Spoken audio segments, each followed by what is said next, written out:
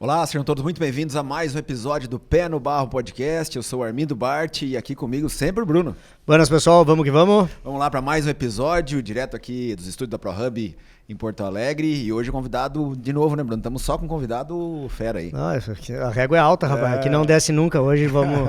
É só cada vez mais gente boa, gente melhor. E hoje vamos falar de um assunto que é dos mais pedidos sempre, dos mais polêmicos, né? E muita discussão. É falar de carne, né? Então, falar de carne sempre tem vários lados, né, para olhar, tem sempre as discussões, tem sempre o viés. Então, hoje nós estamos aqui com a grande satisfação de estar com o Ladislau Bess, presidente do Cicadergs, diretor de controladoria do frigorífico Zimmer, então uma vasta experiência, né, na área, no mercado, e vamos estar podendo tirar algumas dúvidas aí, né, vamos ver o que a gente consegue tirar do homem. Gente, obrigado pelo convite, é sempre muito bom poder estar aqui, conversar, debater, trocar ideias. Talvez vamos sair com algumas coisas, vamos dizer assim, esclarecidas, talvez outras com mais dúvida ainda, mas eu acho que esse é o propósito de uma boa conversa, né? Então, mais uma vez, obrigado. É sempre bom poder estar aqui com vocês. Já sou ouvinte e assisto vocês já há muito tempo, conheço o trabalho de vocês e é sempre muito bom poder estar aqui. Obrigado, Ótimo. Bom. Obrigado. Vamos lá. Bruno, só antes de nós entrar e falar rapidinho dos nossos parceiros, agradecer a vocês que fazem o Pé no Barro acontecer, a CIA Brasil, CIA Serviço de Inteligência em Agronegócios. Se você quiser saber mais sobre a CIA, segue aí no Instagram, @CIA_agronegócio. Também a Sunny Esteban, líder aí na moda equestre em todo o Brasil, então é só entrar em contato também com a Sunny Esteban, @Sunny Esteban no Instagram, e a Inex 360, voltado para soluções financeiras aí de todos os tipos, consórcio, financiamentos, factory, enfim, se você quiser saber mais, fale com o pessoal da Inex. Boa, vamos que vamos. Ladislau, como é que é a tua história no mundo da carne? Como é que ela começa? Bruno, eu trabalho já com carne vai fechar esse ano agora 34 anos. Então acho que passei por toda a evolução que a gente vê aí com carne, porque quando se falava de carne há alguns anos atrás, era uma coisa, falar de carne hoje é totalmente diferente. E eu acho que o Rio Grande do Sul ele sempre foi bom nisso. E eu acho que por muitos anos a gente sempre serviu de referência para todos. E a gente vê que hoje o espelho dos outros também já tem nos refletindo em nós aqui, internamente. Mas eu acho que trabalhar com carne é uma paixão, é algo que nos move. Vocês sabem também que estão nessa lida aí, sabem como é que é. Eu, por muitos anos, sempre fui voltado mais para a área administrativa da empresa. E de 2019...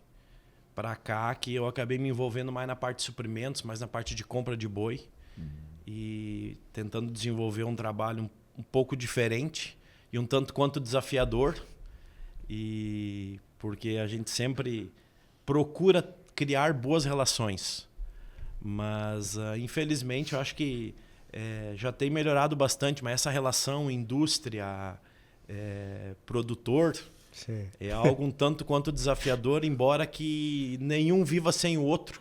Eu costumo dizer que acho que ambos estão em trincheiras separadas com o mesmo objetivo, que é diante dessa guerra que a gente vive aí chamado mercado, que todo mundo consiga sobreviver. Então, durante já esses 34 anos, e eu estou desde 2006, 2007 também envolvido lá no Cicadergs. Eu fui muitos anos vice-presidente.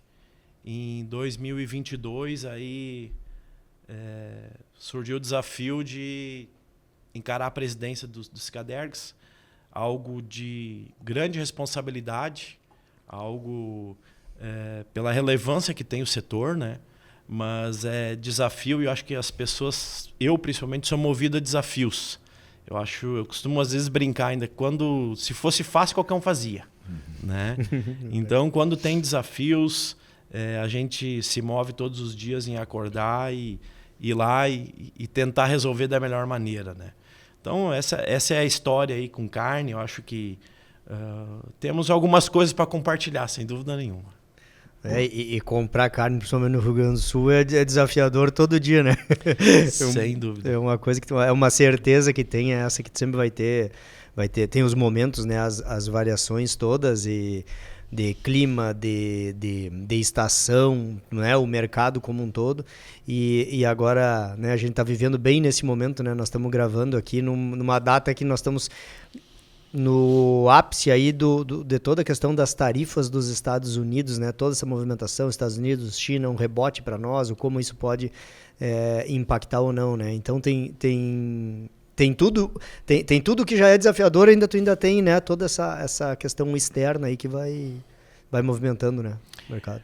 Vocês sabem que o Rio Grande do Sul sempre foi muito inexpressivo na exportação de carne.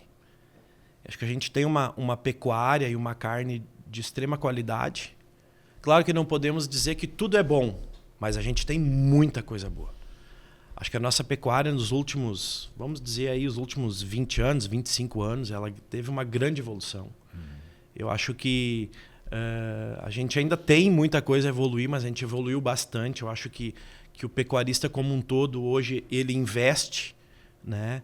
E eu sempre costumo brincar, às vezes, que o produtor rural, ele não produz, o pecuarista, ele não produz bois, ele produz carne. Porque a indústria nada mais é do que o momento de transformar aquele boi vivo em carne. Porém, se o produtor fez o trabalho dele bem feito, que desenvolveu um produto de qualidade, automaticamente a indústria também vai ter um produto de qualidade. E o Rio Grande do Sul sempre foi muito inexpressivo, né? A indústria pode tirar a qualidade, mas ela não consegue levantar a qualidade nesse processo, não? No processo produtivo, se ela não tiver cuidado, ela pode, sim, estragar a qualidade do produto. Agora, por qualidade onde não tem, isso é algo que, vamos dizer assim, ela não consegue fazer essa transformação. Ela consegue transformar o quê? Um animal com osso num sem osso, mas a carne é carne. Né? Ele tem um processo de maturação, de desossa, de embalagem. Faz temperado, faz hambúrguer. Ok, mas continua sendo carne. E retomando um pouquinho o assunto sobre exportação, acho que o Rio Grande do Sul ele tem um grande potencial de atingir grandes mercados de exportação. A única coisa que a gente tem uma determinada dificuldade é com relação à constância de fornecimento de produto de qualidade, ou seja, nos 12 meses do ano. E aí você tem uma determinada dificuldade na hora de você assumir algum compromisso. Eu sei que as entidades têm se movido e a gente vê isso, a gente fica feliz por isso. Eu acho que a indústria também precisa contribuir a parcela dela com relação a isso. E o nosso percentual de exportação é apenas de 10%. E hoje a gente vê o centro do país, por exemplo, vocês conhecem talvez mais do que eu o mercado do centro do país. Hoje o mercado do boi no centro do país ele está sendo puxado por o quê? Pela exportação. Boi China, famoso, né? Se fosse depender de venda do mercado doméstico, mercado interno, esse preço não teria avançado. Então hoje o que acontece? A gente concorre com um mercado que está bem mais aquecido, mas que hoje ele é muito pouco representativo aqui no Rio Grande do Sul. Apenas 10% da carne bovina que é abatida aqui é exportada. Então a gente tem grandes empresas aqui, médias empresas, até mesmo pequenas empresas, mas que indústrias frigoríficas que estão muito bem estabelecidas, organizadas, mas que infelizmente para conseguir atingir esses mercados, aí a gente sabe que tem uma burocracia muito grande, mas é algo que a gente precisa avançar, porque eu vejo que talvez isso seja a oportunidade para a nossa pecuária também evoluir um pouco mais, ela também poder rentabilizar um pouco mais. E que talvez, olhando pelo cenário que a gente tem aqui, talvez seja uma das únicas alternativas para a pecuária do Rio Grande do Sul, né? De ter esse produto de qualidade, conseguir botar ele no mercado que pague por essa qualidade, né? Porque quando a gente olha volume, capacidade de produção e a gente compara com o Centro-Oeste, a gente está toda hora falando isso aqui, dificilmente o Sul consegue competir com essas regiões tropicais. Eu tenho um número que em maio do ano passado, diante das nossas enchentes aí, dessa catástrofe que a gente passou, eu ainda fui pesquisar o abate do Mato Grosso do Sul. Que foi um abate no mês de maio de 24 de 657 mil cabeças. Nós abatemos o ano todo, ano passado, 1.950.000 cabeças, arredondando a conta. De que jeito que nós vamos competir? Isso só MS, porque MS... Só MS. A gente olhar o rebanho, tá na casa de umas 20 milhões de cabeças, né? Dá mais ou menos o dobro do... Mas talvez do desfrute, ou também o momento, né, de venda de bastante vaca, enfim, pelo ciclo pecuário. Então, e a gente tem uma outra... a gente tem acesso, por exemplo, a carne do Rio Grande do Sul hoje, ela é muito aceita. Em qualquer unidade da federação, em qualquer lugar do mundo. Ela tem um marketing absurdo, né? A carne gaúcha. A carne gaúcha. Só que qual é que é a dificuldade que a gente tem? Nem é o marketing, o reconhecimento. O reconhecimento. A gente tem amigos que vêm nos visitar, o que eles mais querem é comer o churrasco que a gente faz. Né? Só que onde é que a gente vê a dificuldade? A gente tem que entender que quando se abate o boi, é do rabo até a cabeça. Porém, a procura que outras unidades da federação têm é para meia dúzia de cortes, que na realidade falta muitas vezes para nós abastecer até mesmo o nosso mercado interno aqui. Então, a gente tem, como indústria, procurado fazer esse trabalho de que nós aqui no Rio Grande do Sul, nós não produzimos carne de primeira ou carne de segunda, a gente produz carne de extrema qualidade. Não generalizando, como eu falei antes, mas a sua grande maioria, sim, é carne de extrema qualidade. E aí a gente começa a ter essas dificuldades, porque se a gente tem uma demanda, mas eu precisaria ter uma demanda para o boi todo, não para apenas 25% do que a indústria produz. E outra coisa, os 25% não rentabiliza para cobrir o custo dos 100%. Então, a gente vê hoje que as gôndolas do supermercado, por exemplo, a gente não pode ser, vamos dizer assim, ignorar dados. Hoje, o Rio Grande do Sul, ele não é autossuficiente na sua produção de carne. Hoje, as indústrias frigoríficas, em muitos momentos, elas estão ociosas, elas não têm a sua capacidade máxima por falta, muitas vezes, de matéria-prima, e em outros momentos também por falta de que a conta também não fecha, né? E essa dependência dessa carne de fora, a gente vê nas gôndolas do supermercado. Quando você fala que não fecha, é no sentido de... Tá muito alto o valor, não vale girar... De não conseguir... Porque a gente tem que entender uma coisa. São quantas plantas hoje no Rio Grande do Sul? Quantas indústrias ou plantas? Olha, hoje nós temos plantas frigoríficas aqui no estado do Rio Grande do Sul abatendo em torno de 300. Desde grandes, médios e pequenos. Isso tanto... E dos pequenos abatedouros que tem nos municípios, enfim. Isso, tanto inspeção federal, estadual, municipal, o CISB. É muita gente brigando no mesmo espaço. Talvez seja o estado que mais tenha plantas hoje. Diga assim, entre tudo... Eu acredito sim, Armando. Até mesmo porque se a gente for ver a nível de volume de abate e a gente for ver o número... Proporcional em relação ao volume e o número de plantas, aí com certeza. Então, a gente tem muitas características aqui no Rio Grande do Sul da comercialização da carne, né? Só que o que acontece? Eu às vezes brinco, né? Mas é uma brincadeira que é um fato, é uma verdade. Quando o consumidor, muitas vezes, por falta de conhecimento e a dificuldade que a gente tem em conseguir comunicar isso, ele pega uma picanha vinda de Rondônia, do Pará, é de ruim qualidade? Nem sempre. Eu acho que a gente também tem que reconhecer, né? Que hoje, vamos dizer assim, eles estão produzindo carne, não na escala que nós, de carne de qualidade, mas eles têm carne de qualidade. Eles têm muita commodity? Tem, mas eles têm muito produto de qualidade também. Então, esse produto chega na gôndola hoje. Vamos pegar um exemplo aí, acho que do que é o mais místico, né? Que é a picanha. Pega uma picanha ali na gôndola do supermercado, os caras vendendo a R$50, vamos arredondar a conta. E aí uma picanha da indústria aqui do Rio Grande do Sul, do boi do Rio Grande do Sul, custando 90.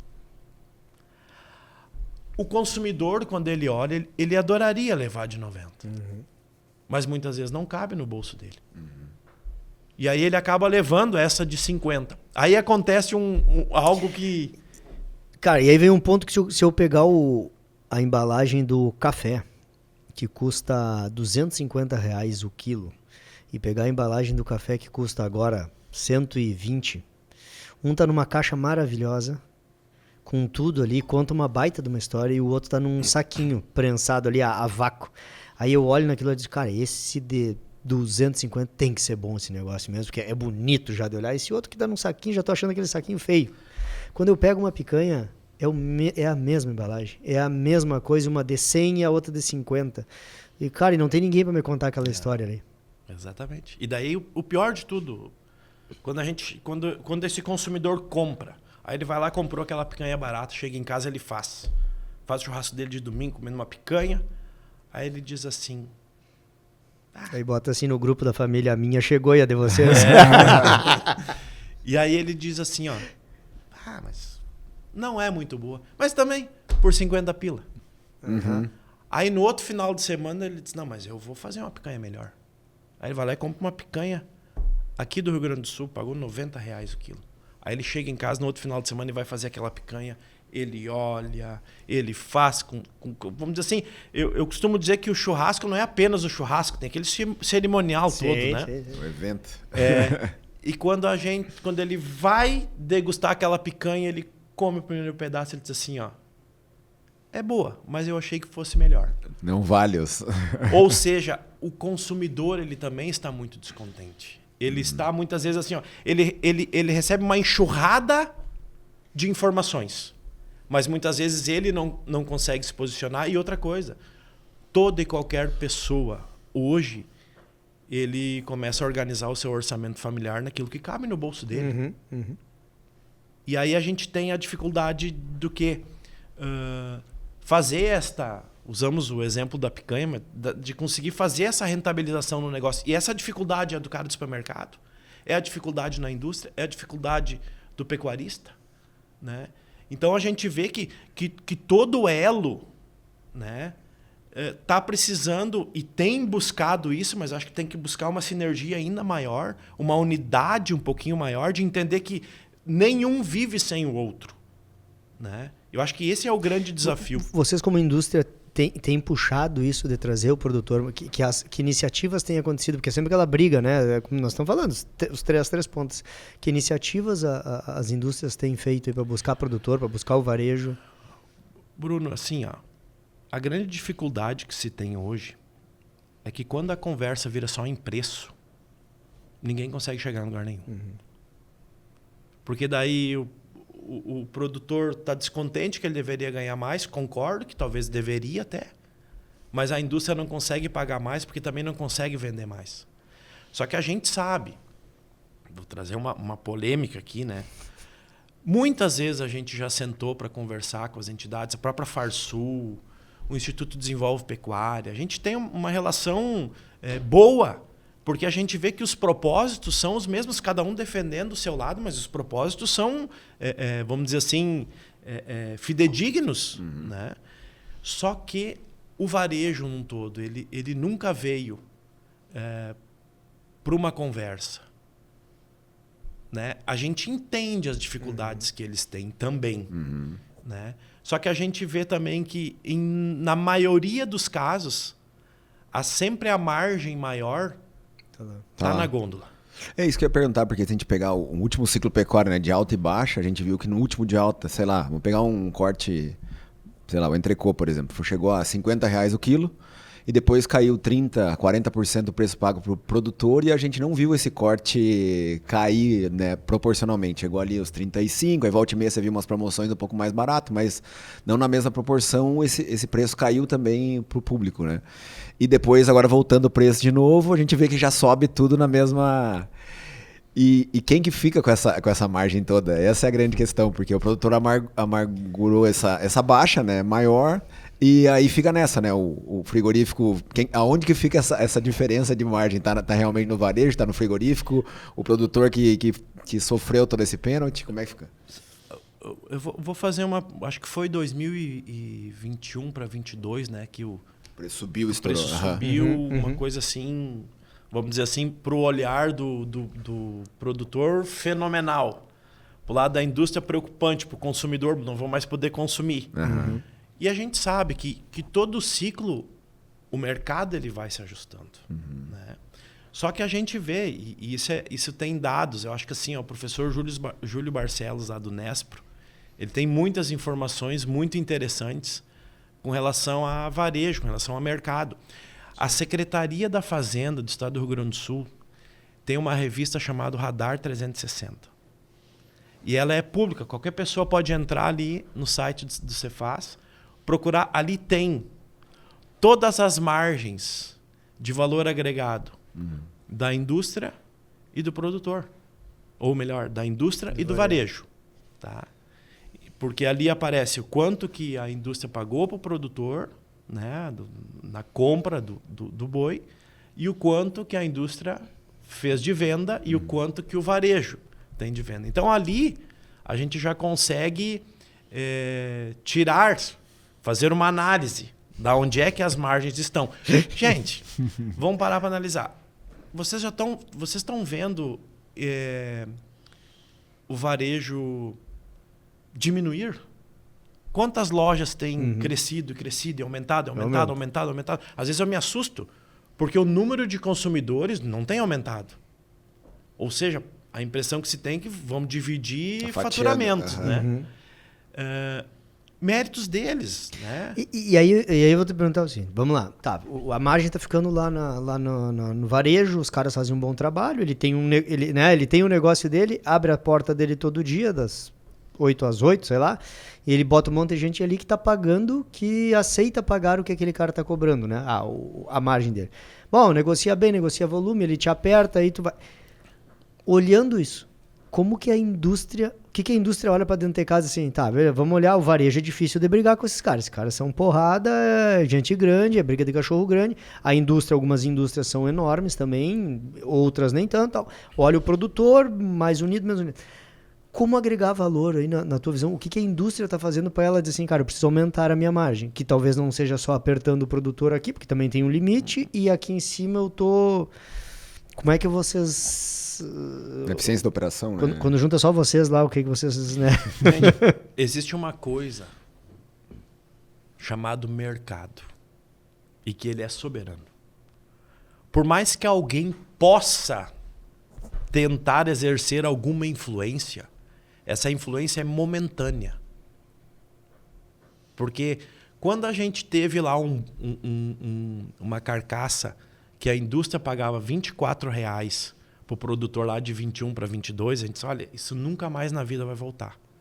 Veio para 17, 18, 19, hoje a gente já vê negócios fechando nesse valor novamente. Tá, mas quem... Então, quando baixou, foi a indústria que influenciou. Quando subiu, foi o produtor que foi efetivo. Gente, existe uma coisa chamada mercado. Claro. E uma coisa assim, o preço de venda de carne, tá? Ela é muito regulada, principalmente assim, commodity. Ou seja, o bastantão. Ele é regulado pelo centro do país. Se lá os cortes estão mais baratos, automaticamente aqui vai ter uma enxurrada dessa carne que vai fazer com que o mercado caia. Isso é bom para alguém? Não, não é bom para ninguém.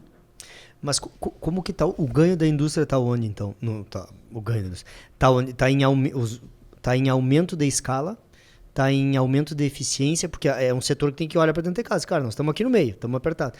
Onde é que estão os investimentos? Quando tu olha uma indústria, a indústria daqui, a indústria frigorífica gaúcha brasileira, um cara que é mundial, tu roda o mundo, onde é que estão os ganhos da indústria? O que vai ser uma indústria daqui a 5 anos, 10 anos? Vamos pegar um dado mais antigo, que aí a gente consegue explicar um pouquinho isso aí. Quando eu comecei com carne, a gente vendia só o boi casado lá pro cara do supermercado. Vendia um boi. Não tinha meio boi. Um boi. Aí depois, olha, meio boi, me manda um meio boi. Tá, foi meio boi. Aí depois começou a se vender por peças. Que era o quê? Um traseiro para um dianteiro para outro, costela para outro. E aí foi, vamos dizer assim, pulverizando, mudando a forma de se vender o boi casado na época. Aí depois disso, veio começar a ser vendido por quilo. Que foi o quê? Os desossados. Né? Que hoje o que acontece? Até mesmo por falta de mão de obra no açougue, que é uma dificuldade. Eu acho que não é só no nosso ramo, em qualquer ramo hoje, né? Dificuldade de mão de obra muito grande. Mas isso houve essa evolução aonde começou a se vender por quilos, né? Se vendia o boi, se vendia meio boi, se vendia por peça. Depois se começou a desassar a vender por quilos. E hoje a gente está vendo que o mercado está migrando para vender por gramas. É bandejinha, ATM, cortes. Você pode ver, vai nas redes de supermercado. Tem que ser um cortezinho pequeno. Os porque steaks, assim, né? o valor não pode ser muito alto, o valor daquele pedaço, porque senão não vai É o valor rodar. da parcela, não é o valor do quilo, não é o valor do bem como um todo. Você pode ver que o valor do quilo é bem pequenininho, o valor daquela peça já parece maior. Né? Então, vamos dizer assim, ó, o mercado ele foi mudando. Outra coisa, se a gente vai ver, se fala muito, né, da mudança do perfil do consumidor, e de fato aconteceu. E onde que a indústria precisa hoje? Ela tem que ser muito eficiente. Ela precisa comprar aquilo que ela vende e ela não pode abater aquilo que ela tem dificuldade em vender. Vou dar um exemplo. Se a indústria comprou um novilho até 4 dentes, gordura 3, ela tem que dar um jeito de tentar rentabilizar o 100% daquele boi. E aí está a dificuldade. Porque 25% a gente precisa produzir para que o churrasco do final de semana ou da semana aconteça, os mestres churrasqueiros, né? Os amadores, os amantes, né? Façam. Agora, os outros 75%, a dona de casa, que é a carne do dia a dia, que a gente tem que entender que o grande consumo de carne não é o churrasco do final de semana. É a carne do dia a dia. E a carne do dia a dia, se a dona de casa for na gôndola e encontrar uma carne gorda, ela não quer. Então a gente tem, imagina, a dificuldade que se tem hoje. E quando tu olha hábito de consumo, né, a gente está comendo menos carne. Vamos pegar Rio Grande do Sul, consumo per capita Brasil, como é que tá esse número aí? E aí eu já coloco, hoje a gente está comendo mais na rua, continua comendo em casa, continua essa dona de casa decidindo, ou daqui a pouco é o cara do restaurante que começa a decidir porque ele compra o volume do restaurante por quilo? Eu agora vou ser bem bairrista, mas bem bairrista mesmo. Porque eu vou dizer assim para vocês, ó. As distribuidoras de carne hoje no Rio Grande do Sul, pode fazer um apanho, elas não compram carne do Rio Grande do Sul para vender nos food services, aí, nos restaurantes. Até mesmo em churrascaria. Porque eles não conseguem rentabilizar se eles forem comprar carne gaúcha. Então é tudo carne de outros estados que vem aqui.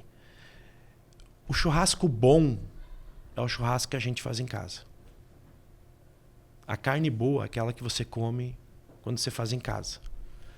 Porque, infelizmente, hoje, acho que é uma crítica construtiva, que se você vai em churrascarias, até mesmo algumas tradicionais, não podemos generalizar todas, mas algumas... não vai comer carne gaúcha, porque trazer um turista para cá para comer a carne não é ali. Aí estão cobrando um valor lá de 150, 180, 200 reais. E quem conhece carne, que tem o paladar um pouquinho mais que a gente sabe, poxa, mas isso aqui não é carne gaúcha. Então, o que acontece? A gente entende que tudo, infelizmente, vamos dizer assim, pela situação econômica, tudo está virando muito preço. Mas, gente, não tem como você ter um produto de qualidade e barato. O Rio Grande do Sul nunca foi bom nisso e nunca será. E isso a gente tem uma grande dificuldade. Mas então a gente precisa buscar condições da gente conseguir botar valor agregado no produto. Esse é o sonho de consumo de qualquer um. Só que a gente tem essas dificuldades de fronteiras, né? De até mesmo a nível internacional e nacional, porque a gente precisa buscar mercado para vender toda essa carne. Né? Então, eu acho que tem se dado o recado, tem se falado, mas acho que a gente precisa ser mais enfático. Eu tenho falado muito com o nosso pessoal lá internamente do Cicadergs que a gente precisa comunicar melhor, porque se a gente não comunicar... Gente, ninguém chega a lugar nenhum sem uma boa comunicação. Dentro de casa a gente se conhece muito, né? A gente toda hora fala que a gente se conhece muito dentro de casa. Eu brinco, né? Tu falou do boi, da carne. Digo, a gente entende mais ou menos de boi. De carne a gente não entende nada. Depois que virou carne nós não entendemos. O produtor não entende. Nós, os técnicos, não... Tu vai até ali, porque depois que entra todo o processo de abate, tudo que vai virar... E essa brincadeira eu incluo assim... Quem é o meu consumidor, o que esse cara come, o que é o do dia a dia que tira gordura, o que é com gordura, para onde que vai, o que esse cara... Bom, se eu vou dar um acabamento para ter aquela picanha maravilhosa, ter um entrecô, quer dizer que as costelas eu perdi toda, porque eu tive que botar uma gordura aqui e aí já nós entramos no boi Ferrari, no Fuca lá, né? Mas Tá, mas e sobre consumo? Vocês têm essas informações de consumo? Porque a gente, assim, além de tudo, a carne foi eleita, e aí vamos sair um pouquinho do Rio Grande do Sul, a carne foi eleita como o grande vilão aí dos últimos anos. A carne é o que polui, é o que faz tudo, né? Então, foi na pecuária. Isso está levando a diminuição no consumo de carne ou não? Ou mais é barulho e... Eu vejo que, assim, ó, a diminuição que se tem no consumo de carne, na minha humilde opinião, é muito mais por questões financeiras do que, de fato, mudança de hábitos. Porque está comprovado que a carne vermelha, ela não faz mal. Claro que desde que não seja em excesso, porque na vida tudo que é em excesso vai fazer mal. Tudo. E, infelizmente, sempre que vamos falar em inflação, pode ver que eles sempre vão na frente do balcão do açougue. É um marketing maravilhoso pra gente, né? Só que se a gente for olhar, tem produtos que subiu muito mais do que a carne. Muito mais. Sim, sim. Então, assim, o que a gente vê? Tem uma mudança no perfil do consumidor, que nem assim, ó, vou dar um exemplo. A picanha virou até mote de campanha, né? Então... Na minha casa... Já foi o tomate, o ovo. Na minha casa, eu ainda brinquei, construí uma outra casa. Disse, não, aqui eu quero uma churrasqueira rotativa e tem que ter uns 20 espetos aí, porque isso aqui vai azular aqui. E aí meus amigos mais modernos já vinham com grelhas. Não, mas sou gaúcho, rapaz. Minha vontade é abrir um buraco ali na grama ali, né? Mas aí sabe o que acontece? O cara começa a ir mudando alguns hábitos de consumo. Que nem o gaúcho ainda tem muita tradição de você sentar à mesa, comer, e aí tem que ter a salada de maionese, a nossa região lá de alemães e gringos tem que ter cuca, tem que ter isso, tem que ter aquilo. Então isso está mudando também. Eu sei na minha casa, e muitos amigos que eu tenho hoje, o churrasco é feito na churrasqueira, ali do ladinho, picando, comendo, conversando. Só que isso faz também que, se você pode ver, você acaba consumindo menos carne com um churrasco assim. A grande maioria, porque tu vai beliscando. Não, tem aquele que tem o belisco e depois senta na mesa, né? Esse come mais, né? Esse come mais, mas não é todos, né? Então... o cara vai empurrando pão com alho, isso e aquilo, vai substituindo a carne. Pimentão, aí, tá cheio dos churrascos de pimentão. Então, cara, tem essa mudança no perfil. Outra coisa também é essa mudança das famílias. Famílias menores, né? Isso, famílias menores. Mas olhando até os dados per capita brasileiro, assim, ele deu uma caída, chegou a 36, 37 quilos, caiu, e agora a impressão que dá é que tá dando uma voltada de novo, né? Mas tá bem ligado a essa questão financeira, econômica mesmo, né? Isso E porque assim, sempre houve essa migração do consumo de proteína, por exemplo. Bovina está mais caro, suíno, aves, sempre teve esse movimento. Não, e é parte da cultura brasileira também, né? Se tá com situação financeira melhor, o cara começa a comer mais carne, faz um churrasco. A gente vê, eu também sou nessa, acho que é muito barulho para efetivamente o que o pessoal do público geral brasileiro é uma população classe média baixa. Daí para baixo. Então, o consumo forte está associado à carne, né? Comer melhor tá ligado à carne. E com certeza, eu acho que assim, a carne bovina ela é extremamente saudável, ela tem vitamina tanto quanto o peixe, o salmão, né? Sim. Só que isso, infelizmente, assim, entra todo esse... Eu acho que essa parte ideológica, que eu acho que... Sem dúvida. Né? Tem todo que acaba, lobby. Faz com que... comprovadamente, a gente... a pecuária não é vilão do aquecimento global, a gente sabe que isso é algo que é muito mais absurdo comercial que se do fala. muito mais pressão né? comercial do que outra coisa, né? Só que tem gente buscando espaço em cima disso. Né? E quer ver? Eu vi esses tempos uma pesquisa na Europa que o pessoal estava trabalhando em cima disso aí, que estava muito preocupado, que estava caindo o consumo de carne, principalmente a bovina. Aí fizeram uma pesquisa, uma enquete, e aí foram ver qual era o principal motivo da diminuição do consumo.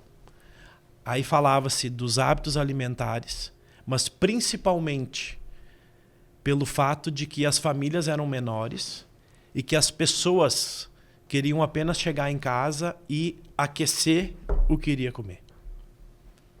Então, o aumento de consumo de comida processada, por exemplo. E aí entra um papel da indústria nessa, né, que hoje a gente já vê aquela carne que já vem picada já vem a almôndega pronta, já estamos indo nesta evolução do corte de porções, né, porcionado, pronto. Isso é uma tendência forte porque pela praticidade, né? Porque antes o cara vou levar 1 quilo de colchão, aí chegava lá, o cara tem que tirar o bife, tem que fazer né, não, agora já vem pronto, eu vou levar a carne moída, o guisado para fazer não, picado, já tô levando prontinho. Isso é uma agregação aí de valor da indústria. E é um movimento que está acontecendo. Pode ver que hoje pega as próprias, vamos dizer assim, ainda in natura, né, os pifados, né, os porcionados hoje, aí tu pega a almôndega já pré-pronta, só com aquecimento, e a gente vê que isso aí é uma tendência de mercado que não volta mais atrás. Mas eu vou dizer assim, aqui no Rio Grande do Sul, a gente acabou perdendo, num determinado momento, eu acho, não mais no interior, mas mais vamos dizer, Porto Alegre, grande Porto Alegre, nas grandes metrópoles aqui. Hoje tem... eu com 10, 12 anos, se eu não soubesse assar uma carne, acho que o meu pai me... E hoje a gente vê jovens, né, quase adultos formando família que... Não sabe. Isso também interfere. Isso também interfere no consumo, porque é aquilo que nós falamos, o churrasco de domingo é um cerimonial, não é o simples fato de fazer uma carne. Eu ia perguntar uma. Mas bem ligado a essa questão ligada essa parte ligada à indústria. Porque o Rio Grande do Sul hoje exporta 10%. Então, para poder pagar mais, teria que exportar mais. Você falou um pouco do desafio da sazonalidade. Mas o quanto disso é ligado à sazonalidade, o quanto está ligado também à parte mais conservadora da indústria? De relação a melhorar processos, nós falamos agora de como agregar valor, de deixar isso mais fracionado, mais fácil, ou acessar mercados, o quanto está assim, na produção aquilo que chega de matéria-prima, ou quanto também nessa coisa assim, porque isso é necessário, investimento, arriscar um pouco mais, tem essa coisa mais empreendedora, então tem um pouco disso, você está um pouco nessa linha. Em novembro de 2022, junto com o estado do Rio Grande do Sul, a gente foi numa missão para a China.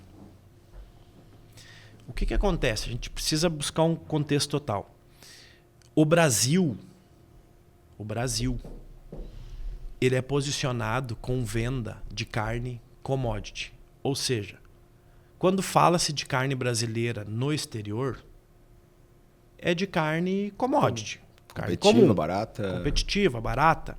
Então, se você vai em determinados países, você vê carne da Austrália, carne americana, carne uruguaia, Argentina. E assim por diante, Argentina. E lá no cantinho da gôndola tem carne brasileira.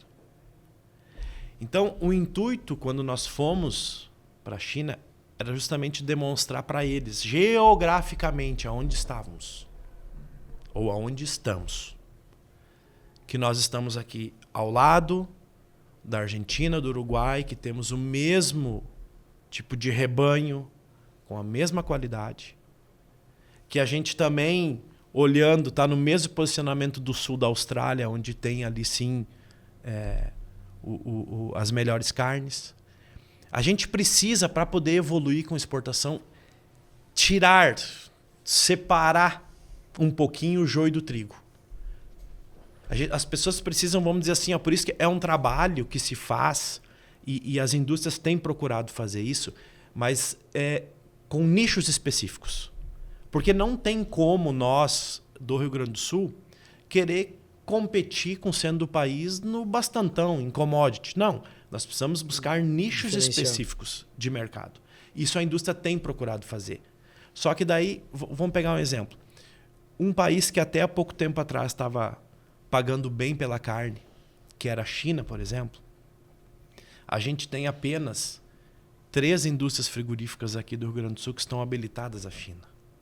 E tem mais um monte de empresas dessas que estão aguardando habilitação para a China. Então tem uma morosidade, uma dificuldade que nem assim, ó, mercado do Japão, extremamente interessante um mercado, principalmente para o Rio Grande do Sul.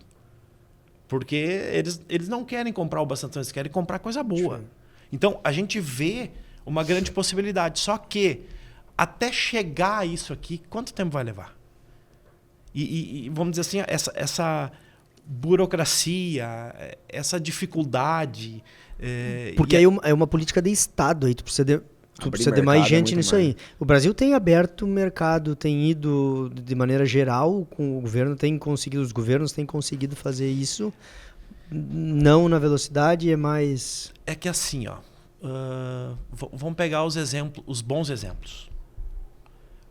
Eu estava no encontro em São Paulo, há uns 2 anos atrás, e conversei com o pessoal lá e disse, olha, como que vocês do Uruguai abriram as fronteiras para exportação?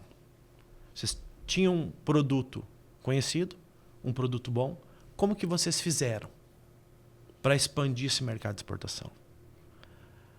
Aí eles compartilharam, olha, nós colocamos debaixo do braço a pasta da carne uruguaia e fomos vender.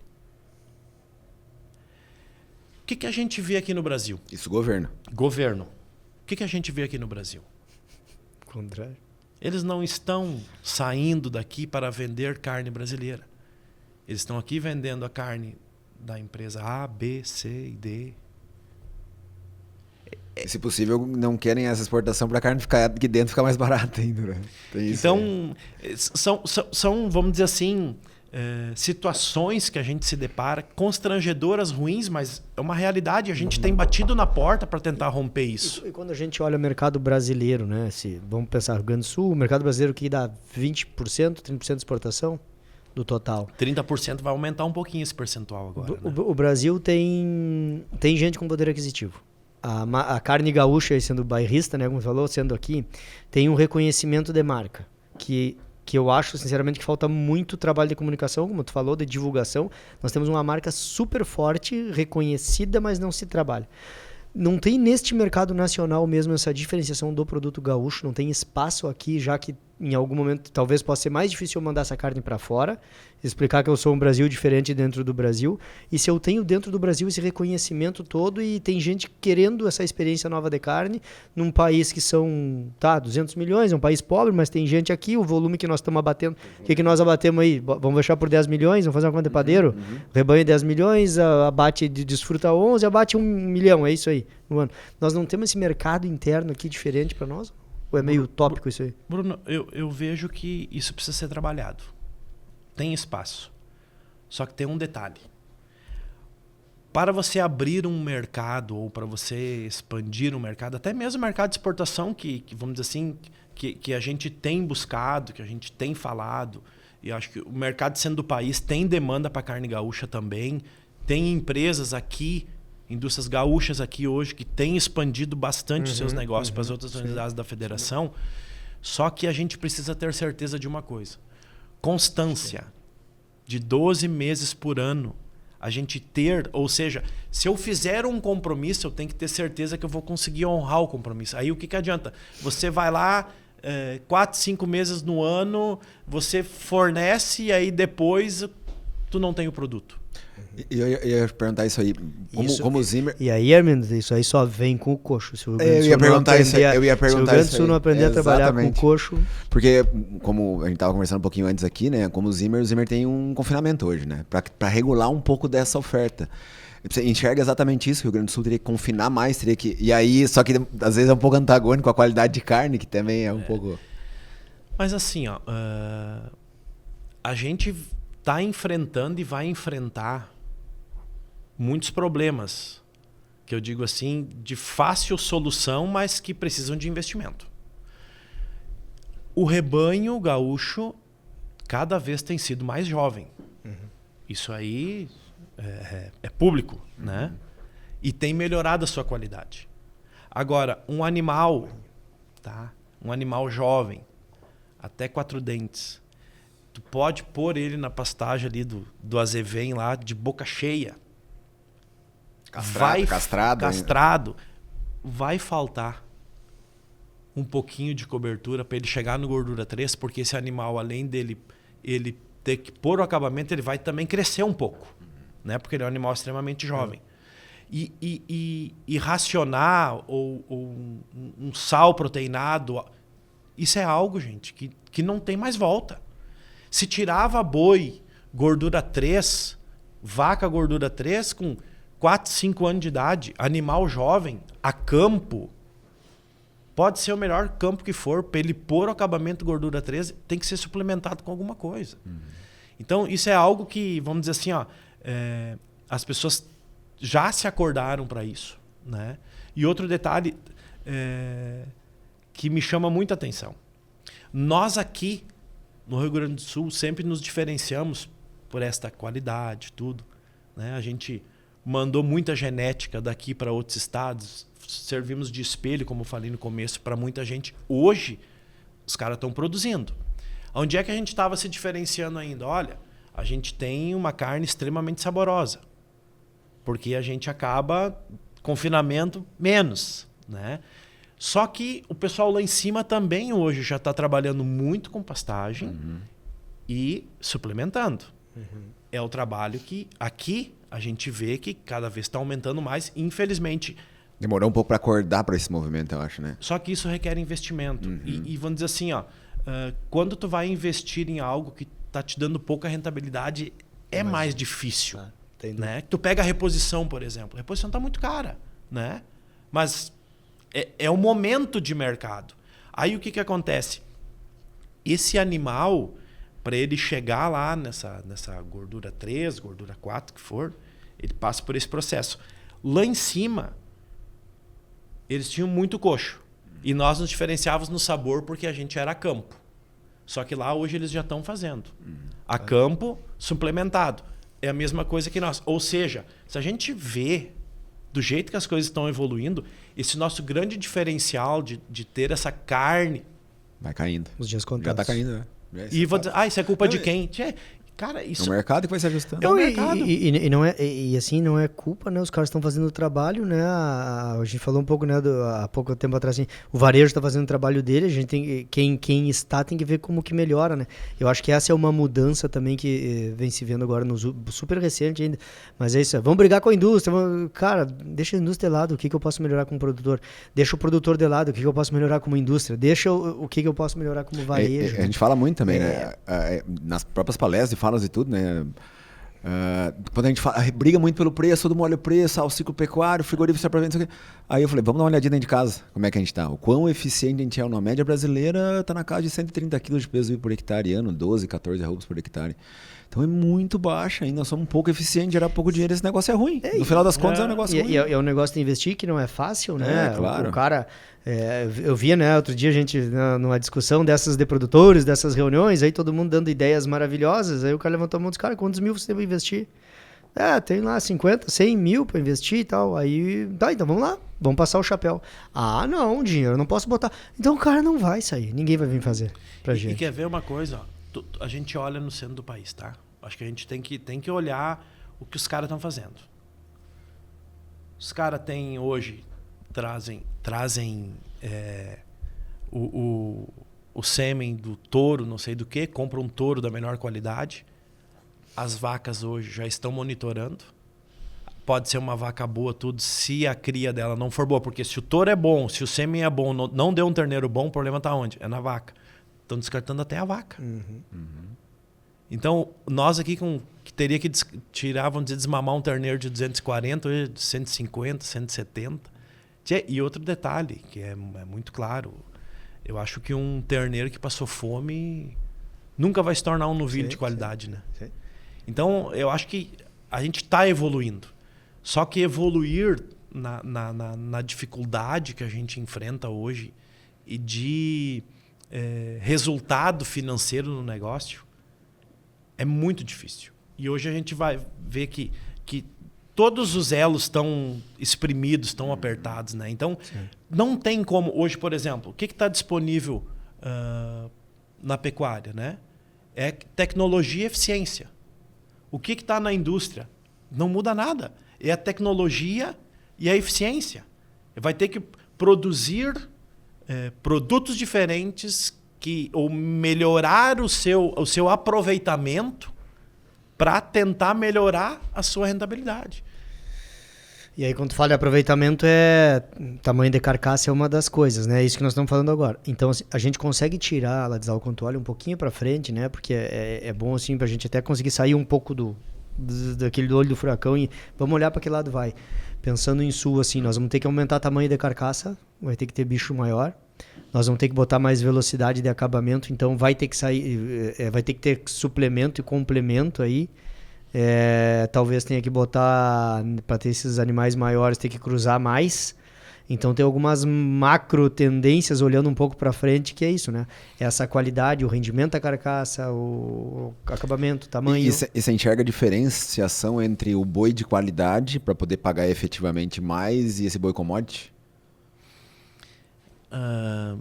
Eu digo assim, se fala às vezes na vaca lá de 7 anos, tem uma qualidade X que o brasileiro ainda não despertou para isso, ou não. E tem o boi de commodity, que é essa carne do dia a dia, que aí talvez tenha que ter essa diferença aí. E a gente vai ter que escolher um meio do caminho, uma parte da produção para isso.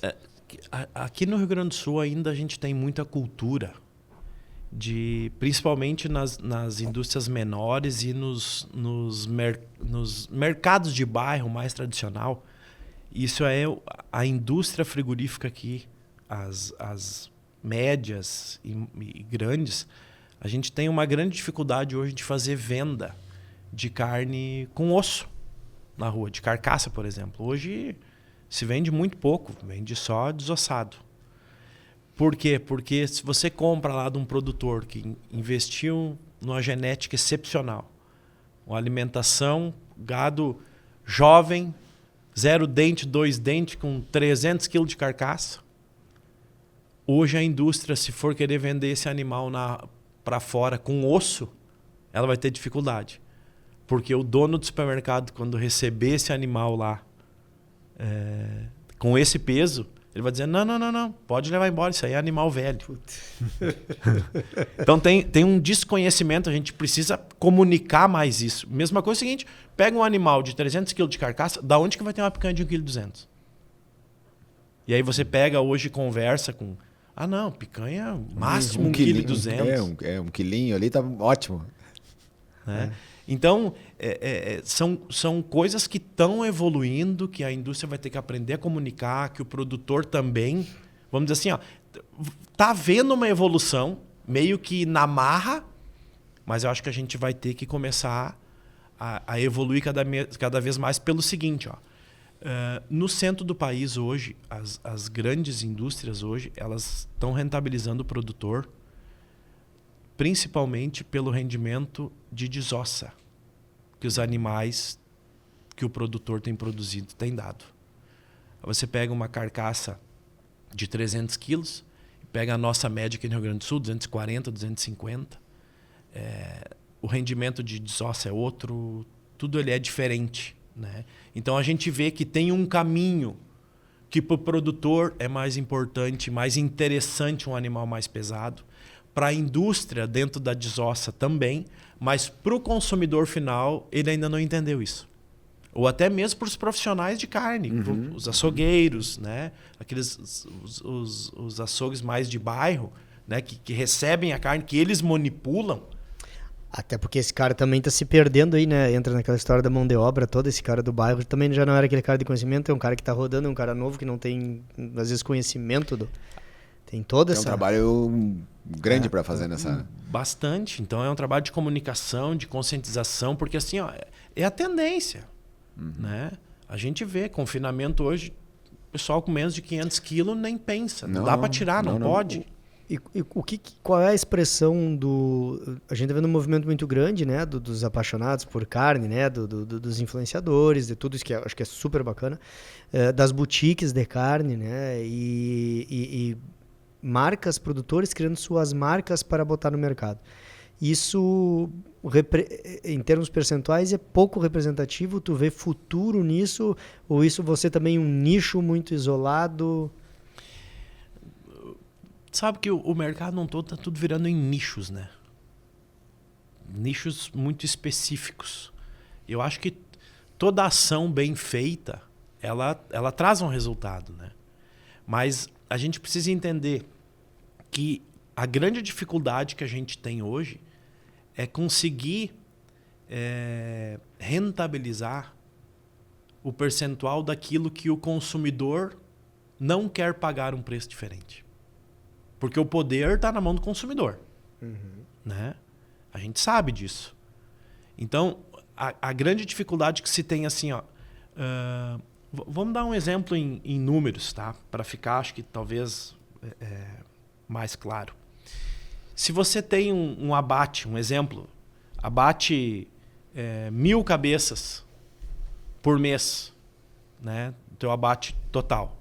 Um exemplo que tu tenha, olha, 30% desse meu abate aqui, ou 40%, ou 50%, o que for, deste abate é para um nicho específico que está disposto a pagar um preço diferente por um produto diferente. Ou seja, vamos arredondar, 50% do teu abate é para atender este nicho específico. Os outros 50% do abate, você vai acabar competindo com commodity. Se você quiser dobrar o teu abate, vai abater 2.000 cabeças, tu vai continuar tendo 500 cabeças que tu vai abater deste produto diferenciado. Ou seja, não aumenta na mesma proporção esse nicho específico de mercado. E a gente tem exemplos tem que ser aqui. muito eficiente de casa para conseguir... E a gente tem N exemplos aqui de indústrias do estado que tem feito um trabalho excepcional, só que a gente vê que aquela fatia de mercado ela não consegue aumentar, que daí tranca onde? No poder aquisitivo do consumidor. Então, esse é o grande dificuldade. Por que praticamente 52%, 53% da carne desossada comercializada no Rio Grande do Sul é vinda de fora? Esse percentual é assustador. Só que é o percentual hoje que está na gôndola do supermercado. E se você for no varejo perguntar para o dono do supermercado por que você põe isso aqui? Cara, é o que vende. E aí quando a coisa vira muito preço, a gente... Tu fica meio que sem opção. Não tem preço, não tem venda. Então é algo assim que eu acho que é uma equação complexa da gente conseguir resolver, mas mais do que nunca hoje cabe o quê? Você tem que começar a fazer coisas diferentes, né? Produzir produtos diferentes, linhas de produtos diferentes, né? Onde você vai conseguir agregar alguma coisa, porque senão... Sim, perfeito. Nós temos uma sessão aqui... Vamos inaugurar o bloco? Vamos inaugurar um bloco aqui. Tá todo mundo utilizando inteligência artificial e aí nós temos um bloco aqui de inteligência artificial. Nós pedimos para ela preparar algumas questões aqui. E o Armindo conversa com essa mulher. Que Deus, é bom de conversar. Vamos lá, tem algumas perguntas aqui que ficou bacana e vamos testar. A gente disse para a inteligência artificial aí que ia falar contigo, né? Falou quem tu era e ela preparou assim, ó, mandamos ela fazer 3 perguntas pra te responder. Aí a inteligência vai pedir a tua agora. Eu vou pedir a minha aqui. Pra ser justo. Vamos ver o que vem daí. Vamos lá. O consumidor está cada vez mais exigente. Quer carne de qualidade, quer saber de onde vem o produto e ao mesmo tempo sente o peso no bolso. Como equilibrar essa conta entre qualidade, origem e preço acessível na indústria frigorífica? Essa aí era tua e tu tá botando pra hiato, ficou com medo de fazer o cara. Eu sempre falo uma coisa. Produto de qualidade, barato, eu desconheço. Então, são duas coisas que dificilmente vão andar junto. A gente tem um produto, vamos dizer assim, ó, a gente tem um produto commodity bom, de qualidade. Nosso produto commodity é de qualidade. Comparado ao centro do país, por exemplo, o nosso produto commodity, ele é de boa qualidade. Mas ele não tem o preço que o centro do país tem. Ou seja, você fechar a equação de ter um produto de qualidade barato, não anda junto. Isso não tem como, né? É a Ferrari e o Fusca. Cara, tu não tem como tu querer andar de Ferrari pagando o preço de um Fusca.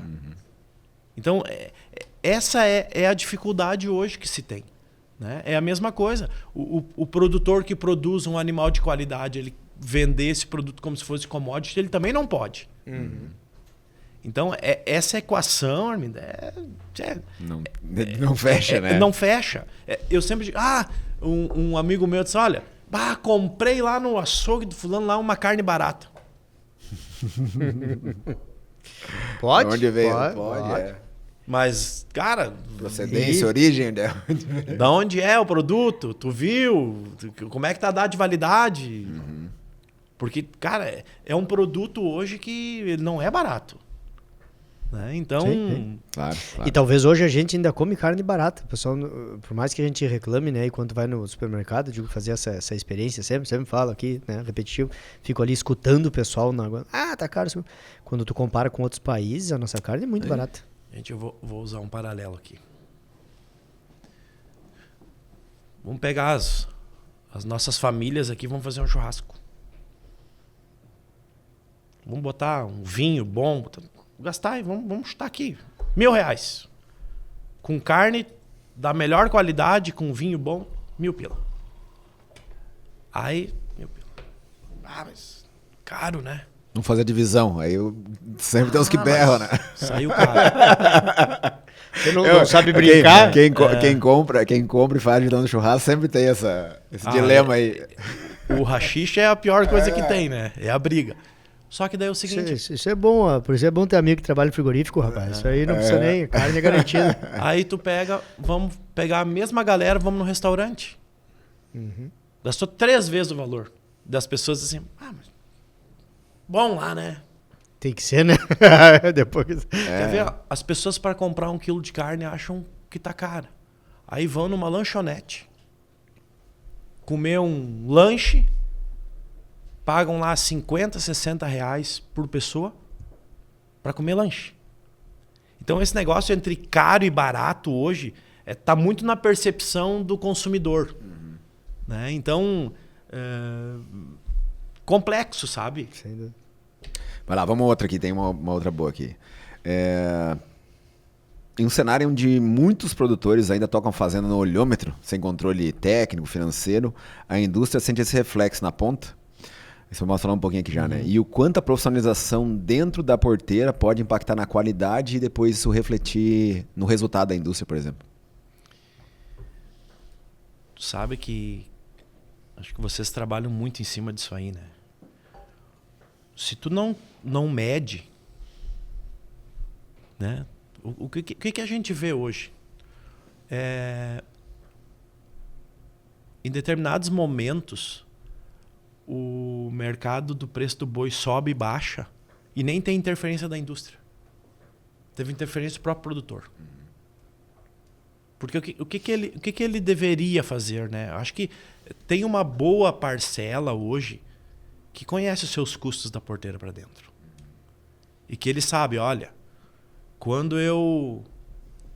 o meu boi eu preciso 23, bateu nos 23 eu vou realizar, porque eu não vou esperar 23,20, não, é 23,50, tá subindo, não. Aí daqui um pouquinho vai todo mundo na mesma hora vender. Isso acontece quando a pessoa não sabe o quanto que custou da porteira para dentro, que acho que é o grande desafio, né? Então, a gente vê hoje esse profissionalismo, porque não dá para brincar. O negócio envolve muito capital e todo mundo quer rentabilizar. Então, se tu não mede, se tu não cuida, se tu não tem as tuas planilhas de custo lá, para tu entender, na hora de vender, tu acha que tu fez um bom negócio, talvez não foi, porque é tudo na xologia. Então, a gente vê esse profissionalismo nas propriedades, principalmente quem trabalha com confinamento. Hoje o pessoal está se especializando, está fazendo esse custo. É a diária, o diário, né? Ele tem que ter o peso de ganho médio lá, tem que dar aquele ganho todos os dias. Então a gente vê essa mudança de perfil, esse profissionalismo, a gente vê isso no produtor, a gente vê isso na indústria. E para a indústria é bom quando chega esse produto bom, aí. Claro que é bom. Porque daí... Sim, porque esse é um cara que já está ligado produzindo um produto que vocês estão de acordo, que é o produto que vai ter saída. Mas é o desafio de criar esta relação mais próxima. Claro. Sabe? Parar com esse negócio de hora ser caça, hora ser caçador, isso não leva ninguém a lugar nenhum. Como é que é essa tua relação diária aí envolvida na compra direto com... Tu tem esse contato com o produtor, né? O cara diz, cara, o Ladislau hoje acordou na segunda-feira, deu uma olhada, viu umas coisas e resolveu botar o preço. Hoje eu vou pagar 10. Não é assim que funciona. Tem o cara que vai te ligar e diz, cara, me paga mais 10 centavos. Me paga mais... Como é que é o teu dia a dia aí nessa relação? A gente tem algumas negociações diretamente com produtores. E a gente também tem muitos compradores, né, pelo estado todo. E a gente procura sempre trabalhar com uma relação de transparência. Eu adoro quando um produtor vem assistir o abate dele. Porque às vezes eu brinco assim, ó, e isso tem que ser desmistificado. O cara mandou um lote de bois bons lá, deu um bom rendimento. Isso não na nossa indústria, em qualquer indústria. Se os animais deram um bom rendimento, deram um bom resultado, era bom. Meus novilhos eram top. Se ele mandou um lote, o malgado dele não era tão bom e não deu um resultado bom, a indústria afiou a faca. Estavam com a mão pesada hoje. Sabe? Então, esses tipos de relações que precisam ser... E geralmente o cara só vai olhar a boa, né? Ele só vai na tropa boa, ele não vai... Vamos dizer assim, a gente adora quando ele vai lá olhar, e até mesmo pelo seguinte, para ver o fruto do trabalho dele. E até mesmo, às vezes, a gente brinca, tem que vir aqui para dar uma afinada no olho. Né? Não, mas meus boi tudo gordura 3, deu uns gordura 2 no meio. Afina o olho, era coisa de mais 15 dias aí, tu... Então... Essas relações, elas precisam ser construídas, ser aproximadas, né? Porque senão ficar com essa de cão e gato, né? Não chega a lugar nenhum. E isso, outra coisa, isso não produz relações sadias. Porque eu sempre digo assim, o produtor precisa ter a certeza que ele está produzindo o melhor produto e ele precisa ter a certeza que quando ele for vender, ele vai vender pelo melhor preço. E a indústria, quando ela vai para a rua para vender o produto, ela tem que ter a certeza de que ela vai continuar tendo constância no recebimento deste produto. Que aí ela consegue expandir. Então, é isso que tem que ser alinhado. Porque assim, gente, hoje tem mercado para qualquer tipo de produto. Tanto para aquilo que é excepcional, quanto que aquilo que é... Só que cada coisa dentro da sua caixinha de preço. Mas tem mercado para tudo hoje. Né? Então, cada um precisa se adaptar dentro da sua realidade. Né? Então, acho que esse é o grande desafio. Isso tanto para o produtor, quanto para a indústria, tanto no varejo também, porque isso também tem muitos desafios. Né? Então, essa sinergia ou essa energia que muitas vezes a gente gasta, ela precisa estar mais conectada. Sim, né? sim, não é uma receita de bolo aí, não tem, não. Tem uma construção. Vai para a terceira? Vamos falar a última. A última aqui é... nós já falamos um pouco, mas vamos lá. Essa relação do produtor e do frigorífico ainda é cercada de desconfiança. O que falta para essa parceria evoluir de verdade e se tornar mais transparente e vantajosa para os dois lados?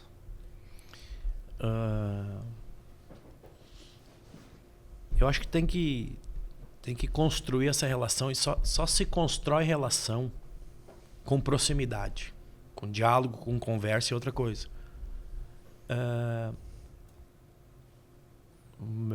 Um amigo meu sempre disse, olha, a gente vai começar a se conhecer quando a gente comer 1 quilo de sal junto. Né? Quando a gente, cara, ter relação. Só que isso como é que tu tem que fazer? Tu tem que ir na minha casa, eu tenho que ir na tua. Eu tenho que conhecer como é que é o teu processo. Né? Ver as minhas dificuldades, para mim ver as tuas. Agora, quando você compra um lote de bois lá e diz pro produtor, tchê, vem assistir o abate aqui. Não, mas tu tá louco, eu vou sair daqui. Tá... Tchê, é um investimento de tempo no negócio dele. Né? Nós lá, a gente tem relação de porteira aberta. O produtor vai lá olhar, vai entrar dentro da indústria, vai tirar todas as dúvidas que ele tiver, vai ter o meu pessoal do setor de qualidade acompanhando, tem qualquer dúvida, questiona, pergunta, justamente para desmistificar isso, tirar essa... Só que o problema é que muita gente já acordou para isso. A gente tem produtores parceiros, assim como outras indústrias têm produtores parceiros firmes.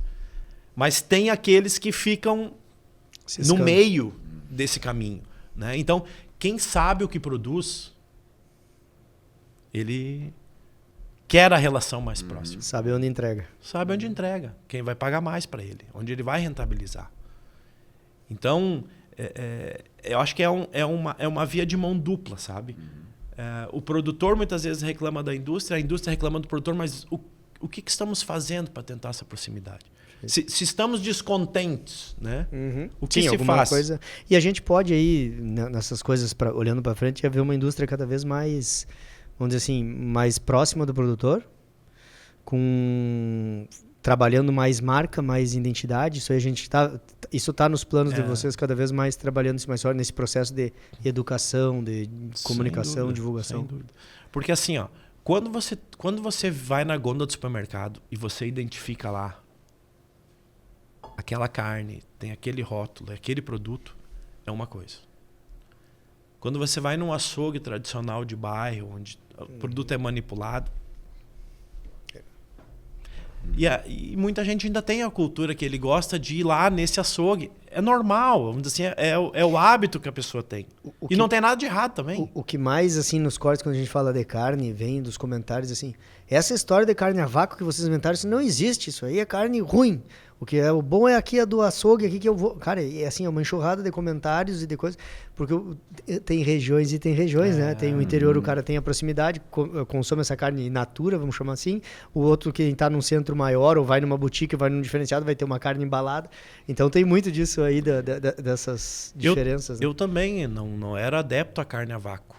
Isso veio aí, entrou na minha cultura, da minha casa, faz o quê? Uns 5, 6 anos para cá. Porque a gente precisa desmistificar uma coisa. Aqui no Rio Grande do Sul se produzia muito pouco de carne a vácuo, né? Só que vinha muita carne de fora. E hoje não, cara. Hoje, vamos dizer assim, ó, se você for ver toda a produção dentro de uma indústria frigorífica, ela tem regras para ser cumprido. Ela tem controles, tanto de temperatura quanto sanitário. A manipulação do produto. Desde o colaborador, ele precisa estar com seus exames, né, de saúde todos em dia para poder manipular a carne. Então, tem N coisas que trazem segurança alimentar para o consumidor. Porque uma vez que essa carne sofreu o processo de embalagem na indústria, não se abre mais esse pacote só quando você for consumir em casa. Então, a nível de segurança alimentar, é muito mais seguro. Te traz muito mais segurança alimentar. Mas algumas coisas culturais, né, que precisam ser vencidas. Mas, vamos dizer assim, é um assunto bastante interessante. Né? É um assunto que não falta, né? A gente ficaria horas e horas. E assim, que são opiniões, né? Ninguém está certo ou está errado. Eu acho que assim, ó... eu prefiro ir no açougue comprar. Você confia naquele açougue? Sim. Você sabe a procedência do produto? Sabe como ele manipula? Não tem nada de errado, né? Mas está havendo essa mudança do perfil do consumidor, né? Sem dúvida. E o mercado é soberano, é que ele falou, né? O mercado é soberano. Tem. Bárbaro. Aí vai que vai, anda, passa rápido aí essa horinha, cruza voando. Certeza que tinha e tem bastante assunto para frente, né? Cada um desses que a gente entra aí é um assunto interessantíssimo, é bom de conversar, falar sobre carne. O melhor é comer, né? Mas um dia nós vamos chegar lá, Bruno. Um dia nós vamos chegar lá, né? Ainda vamos ter uma carne, vamos assar uma carne e vamos fazer essa aí. Estão convidados, só avisar o dia e a hora, né? Boa, Bárbaro. Ladzal, obrigado pelo tempo, obrigado dividir conosco aí um pouquinho da tua experiência, né? Essa visão de mercado, visão da cadeia como um todo. Assim, acho que sai bastante coisa daqui, né? De tendências aí, vamos chamar assim, né? Da onde esse mercado vai, o quanto esse mercado precisa evoluir, tanto dentro da porteira, tanto fora da porteira, indústria, varejo, entender mais, né? Entender tudo que está envolvido, né? Acho que a gente que está muito do lado da produção, mas a gente conversa com todos os meios, mas estamos do lado da produção é conseguir entender, né, o que acontece com o boi depois que ele sai da porteira. Então, todo esse caminho que ele faz até ele chegar na ponta ali, na dona de casa, né? Então, entender o quanto que o teu dia a dia está afetando naquilo que tu está produzindo, ele vai para um lado ou para outro. Tá? Bárbaro, obrigado mais uma vez, obrigado pelo tempo. Gente, eu que agradeço vocês aqui de poder estar aqui com vocês, aqui trocar uma ideia, né? E fico à disposição, sempre que quiserem, né? Conte conosco. Eu sempre digo, a gente é um eterno aprendiz. Eu acho que a evolução das coisas faz com que a gente precise ter esse espírito sempre de estar todo dia aprendendo. Talvez o que nós falamos hoje, daqui a um ano não aconteceu nada do que nós falamos, né? Porque o mercado, como nós falamos, ele é soberano, ele é direcionado e as informações elas rodam muito rápido, né? Mas, gente, obrigado, viu? E fico à disposição de vocês no que precisarem. Obrigado. A gente agradece muito. Agradecemos a vocês também que nos acompanharam até agora. Agradecer aos nossos parceiros do Pé no Barro Podcast, a CIA Brasil, San Esteban e Next 360. Não esqueça, além de seguir os nossos parceiros, nos seguir também nas redes sociais, @Pé no Barro Podcast em todas as redes, também Armindo Bart e BP Quadros. Obrigado e até o próximo episódio do Pé no Barro Podcast. Valeu! Além de botar o pé no barro, comer carne. É isso aí, vamos lá.